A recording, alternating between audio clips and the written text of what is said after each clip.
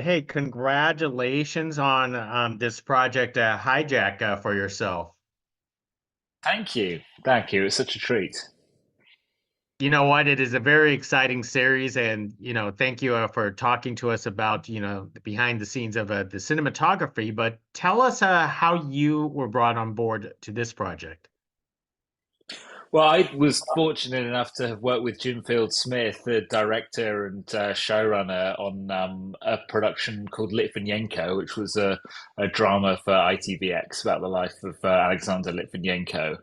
So we had shot that like the year before, and Jim kind of knew that he was working on this. You know, he couldn't tell me what it was, but he was working on this project for Apple that he was super excited about. And then over the course of the shoot of Litvinenko, we kind of got talking more and more about it. So it was I kind of had like one long interview of shooting his previous project to persuade him I was the right man for the job. So, what was Jim's vision when he basically had you, part of this project? What did he want you to portray for Hijack? Well, I think Jim wanted the hijack to feel just incredibly visceral, to feel as an audience member like you were trapped in this kind of pressure cooker environment with the characters.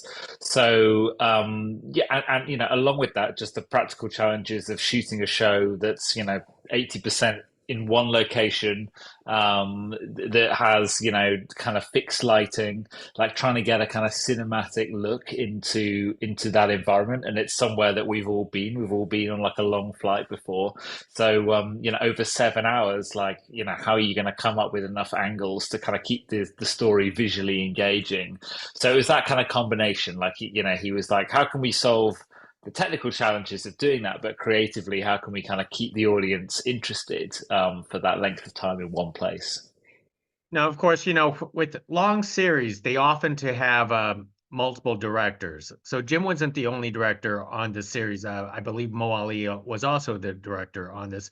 Was the style and vision different when Mo had to direct the episodes? Well, Mo stepped in, and the sort of the I originally there was kind of talk of we have a different DP with Mo, and in the end, we were like, no, I'll do the whole thing. So sort of from a visual standpoint, I was able to kind of introduce Mo to some of the ways we've been doing things. I mean, we did some Mo added too. It was kind of like a yes and situation. So yeah, I ended up doing all 110 shoot days straight through, which was in retrospect kind of kind of exhausting.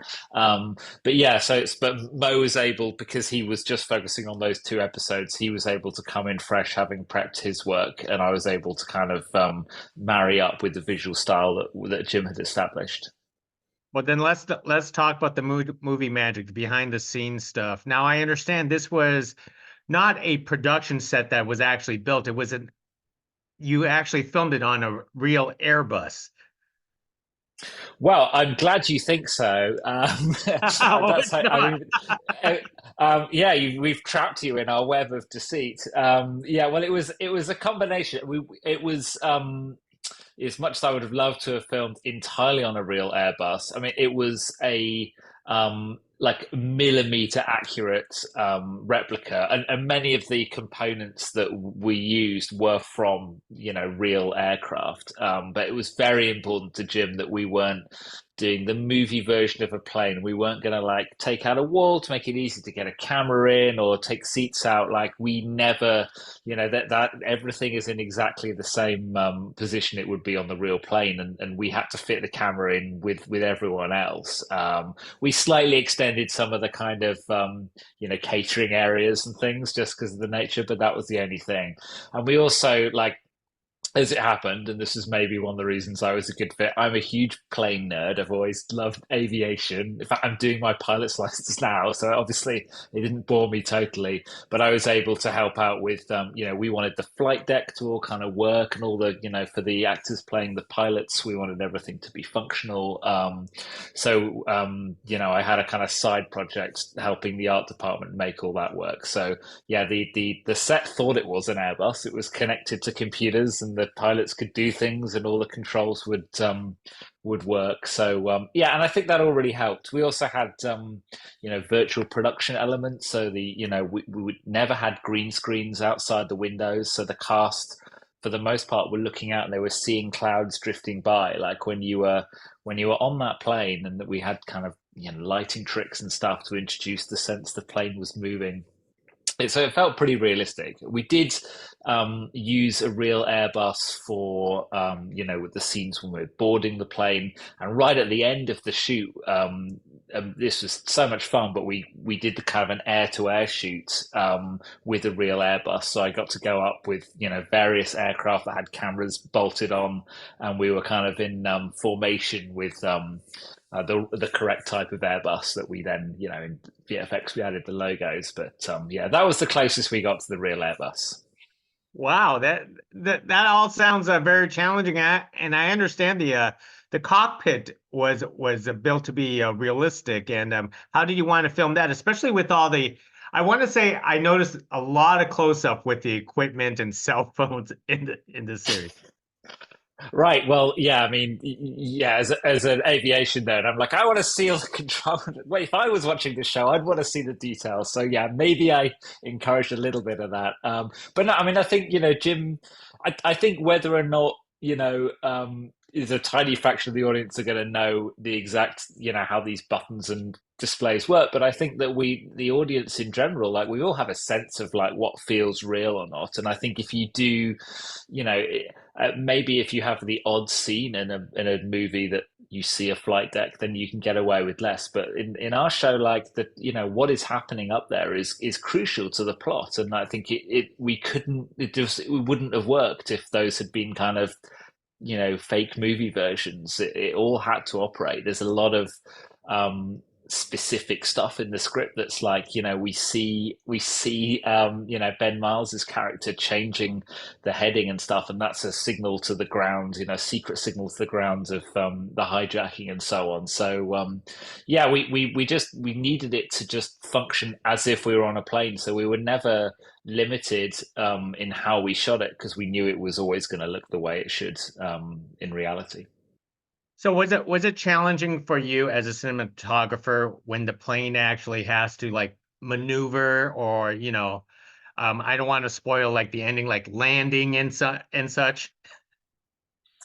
Sure. I mean, because it was such a long shoot, it was sort of just impossible to have the whole set be able to kind of move on hydraulics or anything. We had a limited amount of that for the kind of flight deck section, sort of was on hydraulics. So for some sort of more dramatic sequences, we were able to kind of move the cast around. But for the most part, like, the only way to get a sense of movement in the plane was through lighting. So I came up with a long lighting rig that kind of replicated the hard light of the sun that we're all familiar with. When you're on a long flight, it's just in your eyes kind of thing. And that was all on computer controlled winches, so that as the plane turned and the light would change its angle through the cabin, we faked that by moving the entire this 80-meter long lighting bar up and down, so all of the lights would change and sort of robotically. I could talk for hours about this, but but yeah, that was how we did it.